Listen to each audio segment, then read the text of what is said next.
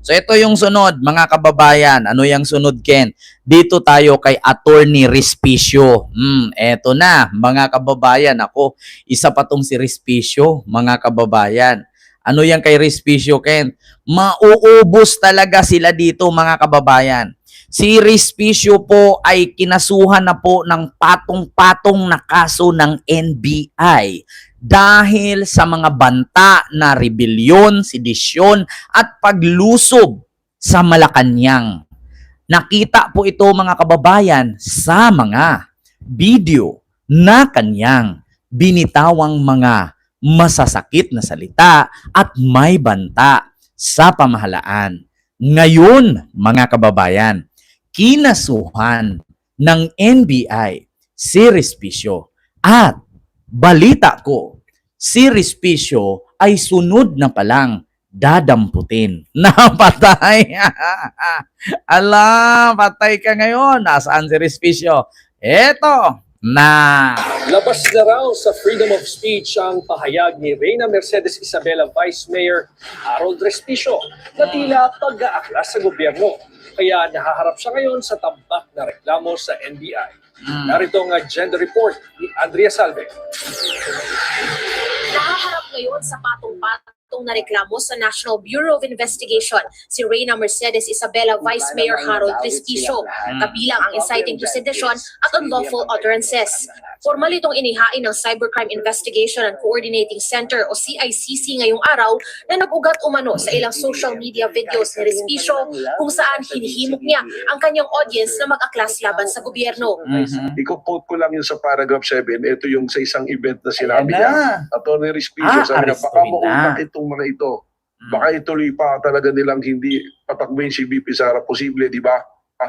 Sumagot. Mamunit ng Serisa por Silupo and kay Dan Lucas Silupo. So yan po, mga kababayan, nagpapatunay na hawak na po lahat ng NBI ang ebidensya. So, mga kababayan, hintayin na lang po siguro natin. Baka next week or next week, may dadamputin na naman. Yan na nga, mga kababayan. Sabi ko nga sa inyo, kapag mga politiko na maingay, may mga sabit yan. Ngayon, nakita sa sobrang kayabangan at sa laki ng butas ng ilong niya. Yung ilong niya, mga kababayan, sa sobrang laki ng butas ng ilong niya. Kaya nakitaan ng kulangot sa loob ni Matibag. Kaya ngayon, mga kababayan, mauubos sila. Si Baligod, aarestuhin na din. Wala na. Naku, sabi ko sa inyo, mga kababayan, kapag naaresto lahat yan, matahimik ang Pilipinas. Kapag maaresto lahat yan, mga kababayan, matatahimik yung ating bansang ginugulo nila. Lagi ninyong pagkatandaan, mga kababayan, patay talaga sila dito. Ubos. Continue. Audience, wala ma'am. Attorney Respicio, pero posible bang patayin? Posible, oo. Tapos sabi ni Attorney Respicio, ito ang tanong na seryoso. Kapag hindi na gumagana ang foundational principle ng ating constitution na demokrasya, ano ang sagot? Revolusyon. Tapos sabi ni Attorney Respicio, revolusyon. Attorney Respicio, baliwalayin natin ang konstitusyon, di ba? Attorney Respicio, so willing ba kayong magrevolusyon? Sumagot yung audience, wow, willing ba kayong mamatay? So, yan yung sinasabi ni Boying Rimulya, mga kababayan, na kung noon, sabi ko, lalong umiinit ang tag-init, ngayong tag-ulan, mas lalong uulan ng kaso sa tag-ulan. Diba? Mamunit ng Serisa por Silupo. Sabi ni Boying yan, uulan ng kaso sa tag-ulan. Lalong iinit ang tag-init. Sabi ko sa inyo, pakinggan nyo si Attorney Aboy, kaibigan ko yan, mabait yan. CICC Executive Director Aboy Paraiso, isa itong patunay sa kanilang gumugulong na pakikipagtulungan sa Presidential Communications Office laban sa anyay online behavior, partikular na sa mga pag-uudyok. Do this for your dog right now. If they are always ayan na. Pag-uudyok, pag-aaklas. Yan. Yan ngayon, mga kababayan, ang kakaharapin ng mga Sa pamahalaan Gate pa niya, wala silang kinikitil na karapatan dahil lampas na umano ito sa malayang pagpapahayag ng saloobin. Na. This is no longer a behavior we can tolerate on social media. Kung dinidisregard nila yung kayo, traditional media, na wag paniwalaan kayo at sila lang ang paniwalaan at and they're using their platforms not only to discredit the traditional media but to promote their own agendas, promote their own narratives at madalas ang naratibo na yan is mag-commit ng violence, mag-take up ng arms. Gugulong na raw ang case build-up sa reklamo at ipatatawag si Respicio para sumagot sa mga aligasyon. Ala. Pinag-aaralan na rin ng ICC kung sasampahan din nila ng disbarment case ang abogadong vice mayor. Sinisika pa ng Billionaire News Channel na makuha ang panig ni Respicio. Na. Pero sa isang Facebook post ilang oras bago inanunsyo ang mga Disbarment. reklamo sa kanya, Director Matibag, here's another strong statement for you. You're a large piece. naging maanghang lang ang binitawan niyang mga salita laban kay Matibag. Para sa agenda, Andrea Salve, Billionaire News Channel. Na, ayan na. Sabi ko nga sa inyo eh. Hindi na lang kasi kayo manahimik. May mga sahod naman kayo. Ano pa bang ginagawa niyong pagpapapagod? Kaya, kalayo-layo ninyo, di ba? Oh, kalayo-layo niyo, Maria Mercedes ka sa norte, tas babiyahe ka pa Maynila, manggugulo. Pupunta ka sa mga rally-rally. Ma'am Itchin Channel, hello po. Ayan. Yan ang sinasabi ko mga kababayan na talagang mauubos talaga sila. Oh, klaro yan ha. Mauubos sila. At ito po yun no, mga kababayan na mga example sa mga sinasabi ni Respicio. Saan ba yon mga kababayan? Yung example sa mga sinasabi ni Respicio dyan na ready na ba kayo? Sino? Ang sasama para pababain. Ito po yun no, mga kababayan. I-search ko lang. Ayan.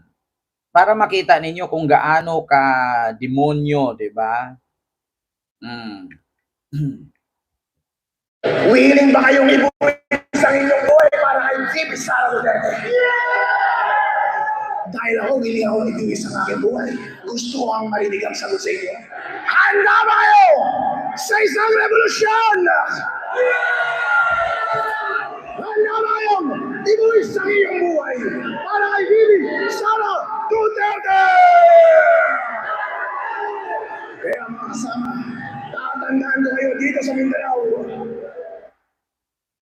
Kita ninyo? Attorney, pag tinawag na magrevolusyon tayo, inciting ba yun? Ay hindi po kasi meron pong peaceful revolution. Yung EDSA 1, peaceful revolution po yun. Kahit sabihin nila extra-constitutional yun, peaceful revolution pa rin. Kaya kapag nawagan ka sa taong bayan, Paano maging peaceful revolution ang mga DDS? Sige. Paano ba, pag halimbawa ba magrevolusyon, sedition ba daw yon? Sabi niya hindi. Kasi meron naman daw peaceful revolution katulad ng EDSA 1. Sige. EDSA 1 yun. Peaceful revolution yun.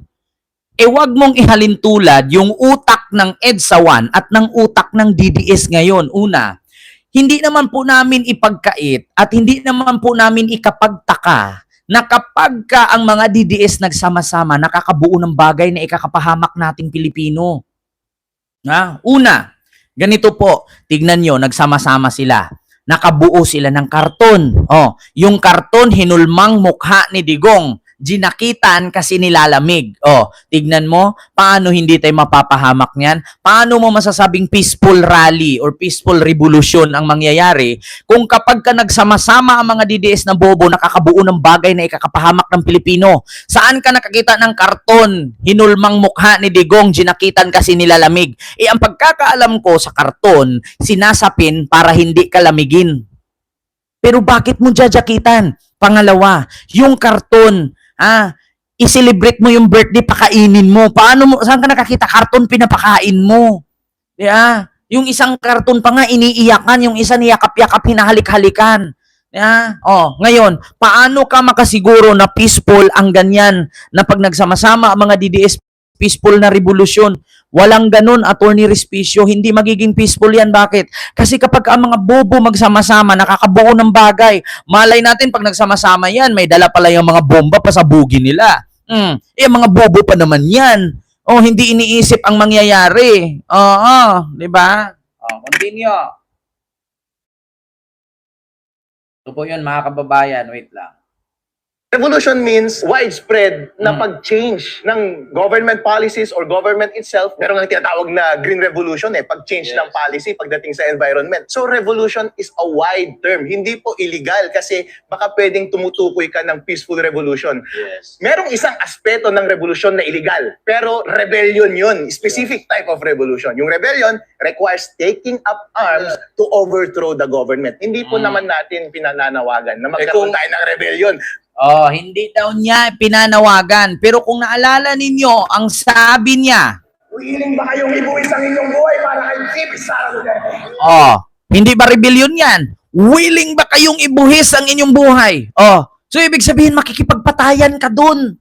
Oh, hindi ba rebellion yan? Hindi daw siya nanawagan ng tawag dun, mabagsik. Oh, willing ba kayong ibuhis ang inyong buhay? So ibig sabihin makikipaggulo ka dun, makikipagpatayan ka. Rebellion yan, attorney. Oh, pagkatapos mong sabihin, ngayon mag-iba yung statement mo. Ayan oh. Willing ba kayong ibuwis ang inyong buhay para kay VP Sara Duterte? Dahil ako, willing ako ibuwis ang aking buhay. Gusto ko ang marinig ang sagot sa inyo. Handa ba kayo sa isang revolusyon? Handa ba kayong ibuwis ang inyong buhay para kay VP Sara Duterte? Oh, hindi ba rebellion yan? Handa mong ibuhis ang buhay mo. Oh, so ibig sabihin, ano man, bakit buhay? Makikipagpatayan ka doon? Akala ko ba peaceful revolution? Rebellion na yung ginawa mo eh. Oh. Tony, pag tinawag na magrevolusyon tayo, inciting ba yun? Ay, hindi po kasi meron pong peaceful revolution. Yung EDSA 1, peaceful Hindi mo mapapasiguro, Attorney Respicio, na peaceful yung revolusyon na gagawin ninyo. Kasi bobo kayo. Pag nagsama-sama kayo dyan, makakabuo kayo ng bagay. Hindi talaga magiging peaceful yan. Maniwala kayo sa akin. Kita nyo naman, nagsama-sama kayo sa dahig. Di ba nakabuo kayo ng street? Hindi nyo naman street yun. Ginawa nyo yung Duterte Street. Oh, nagsama-sama kayo sa dahig, nakabuo kayo ng karton. Ginawa nyo yung tao. Ginakitan, pinakain. Di ba? O, iniiyakan, hinahalik-halikan. O. revolution po yun. Kahit sabihin nilang extra-constitutional yun, peaceful revolution pa rin. Kaya kapag nawagan ka sa taong bayan, revolution means widespread na pag-change ng government policies or government itself. Meron nga tinatawag na green revolution pag-change ng policy pagdating sa environment. So revolution is a wide term. Hindi po illegal kasi baka pwedeng tumutukoy ka ng peaceful revolution. Merong isang aspeto ng revolution na illegal, pero rebellion yun. Specific type of Yan yung revolution. ginawa Yung mo. rebellion requires taking up arms to overthrow the government. Hindi po naman natin pinananawagan na magkaroon tayo ng rebellion. Pero kung gusto ng taong bayan na gusto mag-rebellion, kayo na bahala doon at kayo na lang ang makulong. Torny, pag tinawag na... Di ba? O, yun po yun, mga kababayan. Pagkatapos mong sabihin ngayon, magsisinungaling ka, ano to? Yeah. So, yun mga kababayan. So, alam nyo na. So, ngayon, mga kababayan, doon lang po siguro yung ating live sa mga oras na ito. At maraming salamat at mamaya po, no, kita-kits po ulit tayo mamaya. So, yun lamang. Maraming salamat, mga kababayan.